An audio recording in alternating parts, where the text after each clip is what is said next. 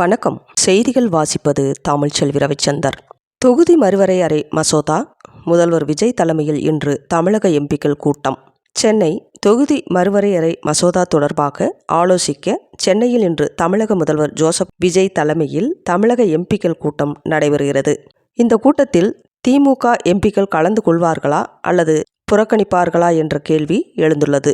நாடாளுமன்ற கூட்டத்தொடரில் தொகுதி மறுவரையறை சட்டத்திருத்த மசோதாவை தாக்கல் செய்து நிறைவேற்ற மத்திய அரசு திட்டமிட்டுள்ளதாக தகவல் வெளியாகியுள்ளது. பாஜக தலைமையிலான தேசிய ஜனநாயக கூட்டணி கட்சிகளில் எம்பிக்கள் எண்ணிக்கை உயர்ந்துள்ள நிலையில் இந்த சட்டத்திருத்த மசோதாவை தாக்கல் செய்து நிறைவேற்ற பாஜக தீவிரம் காட்டி வருகிறது.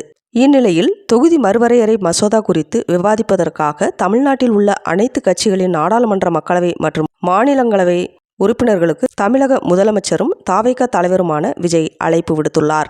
மத்திய அரசால் மேற்கொள்ள உத்தேசிக்கப்பட்டுள்ள தொகுதி மறுவரையறை பணிகள் மற்றும் அதனால் தமிழ்நாட்டிற்கு ஏற்படும் தாக்கங்கள் குறித்து தமிழ்நாட்டைச் சேர்ந்த நாடாளுமன்ற உறுப்பினர்களின் மற்றும் மாநில கலவை கலந்தாய்வு கூட்டம் தமிழ்நாடு முதலமைச்சர் விஜய் தலைமையில் ஆகஸ்ட் 8 அன்று பிற்பகல் 3 மணிக்கு சென்னை சேப்பாக்கத்தில் உள்ள கலைவாணர் அரங்கத்தில் கூட்டரங்கின் 3ஆம் தளத்தில் நடத்திட ஏற்பாடு செய்யப்பட்டுள்ளது.